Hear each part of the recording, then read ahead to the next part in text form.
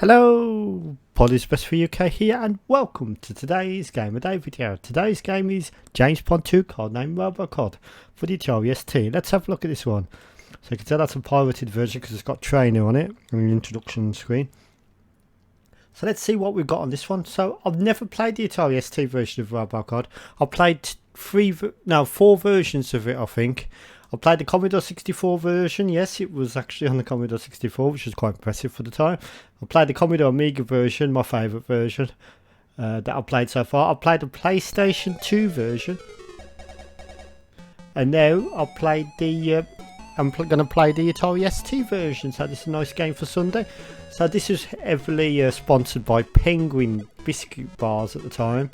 I'm not sure if that license continued throughout to the PlayStation 2 version, I can't remember. But yeah, this is Millennium game, made by a company called Millennium. Let's have a look at the Atari ST version pairs. Okay, I've noticed some differences from the Amiga version. The obvious difference is the music. It's going to be coming from the AY chip rather than the Polar chip of the Amiga.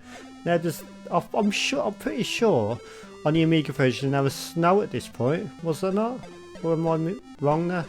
I can't remember. It's been a while since I played the Amiga version. I think the paper size is also smaller, like the borders bigger. So let's go to the first room and let's have a look at the Atari ST version. So we wait for it to load a bit, and then we're into the first world. I think this is a sports world. Okay, yep. So this is a sports world. Okay, that was weird. Was that a secret exit or something? I just completed that just by walking to the left. That must have been a secret that I just found out by accident. That was funny. I didn't even know that was there. Can you do that on this level? No, you can't. Okay, yeah, so yeah, the Atari ST version is pretty good actually. I think it's missing a few things for it to make a counterpart, but it's still really good. A nice colourful sky there. I do quite like the way the AY sounds with the music in its own right. The more enhanced music is obviously on the Amiga version, but yeah, it sounds alright on the AY chip, to be honest. Very Spectrum-like sounding. Right, on Robocop, if you remember, you can use this like sort of grapple hook to go at high places. That was removed in a Robocod 3, James Bond 3, I believe. I think I looked at that last month on the Amiga 500 Mini. Right. You've got to try and get there without badly touch. Oh, you fuck. Ah. Right, I think it might be wise to try and get rid of these baddies first.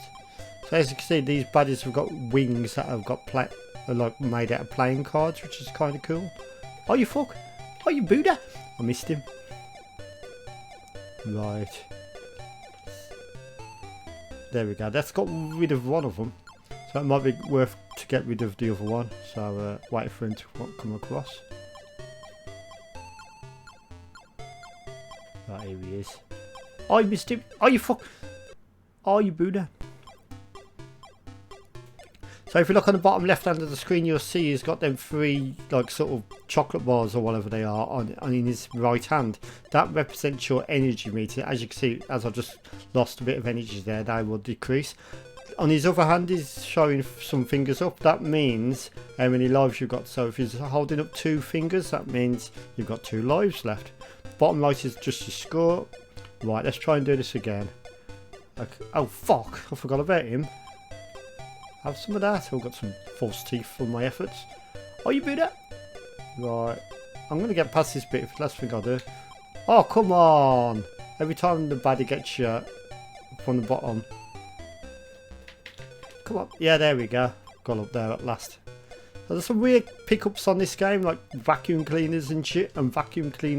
We don't know why there's vacuum cleaners that you can pick up on the game, but it's sort of like a weird thing on the game. This is a lot harder than I seem to remember it being. I've obviously declined with my game playing skills as we've aged, to be honest. Oh, I'm going to go on that actually. Is that a chocolate bar? Platform? Maybe this will help us skip past that part. Now, one thing I don't like about these older computer systems. This doesn't apply to consoles, but more the computers, as they only had one fire button. I explained a lot about this on the Amiga 500 mini game a day last month. You have to use up to jump on this game, which, because obviously there's only one fire button and that's used for this move here. I've never been a fan of up to jump games, so that's just one thing to bear in mind on this game. One good thing about the Amiga 500 mini is you can assign a different button for up and still keep the original fire button, if that makes sense. Okay, so we keep going. Oh, watch out for these. Obviously in the emulator you can just assign any button that you want for up, but on an actual vintage joystick you couldn't do that, of course, with the old systems.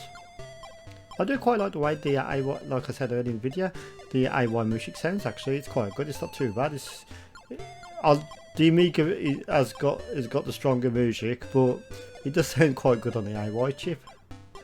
I love some of the sounds that the AY can generate. If you want to, also, if you take a look on YouTube at other videos and search for C64 Robocod, you will hear it in its SID glory, which sounds really good as well. So it's nice to see the different sounding systems. Obviously these days, if you've got an Xbox One, a PlayStation 4 and a Nintendo Switch, all of them are going to have identical music, but not back in the day.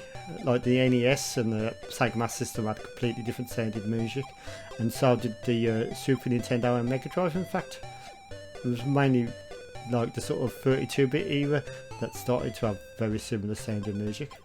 So yeah, that's a little look at Robocod. It's a fantastic game. I haven't reviewed it properly, I know, but yeah, the Atari ST port's not too bad actually. I think it's slightly slower than the Amiga. I think it's got a slightly smaller paper size, and I think some of the elements of the graphics are slightly missing, but I think it's a really good port for the Atari ST, and I'm going to give this one 8 out of 10. So I'd like to thank you for watching.